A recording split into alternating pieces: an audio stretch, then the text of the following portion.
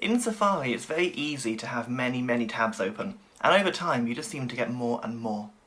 One of the cool new features, which hasn't been talked about much in iOS 13 and iPadOS, is the ability to close these tabs automatically after a period of time.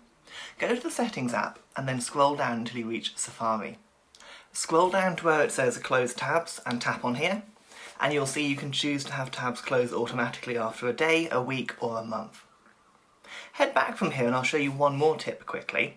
Just above that setting is one which says Show Icons in Tabs. If you turn that on and head back to Safari, you'll see the little fav icon at the top of each of your tabs, which helps them stand out a little bit if you've got multiple tabs open.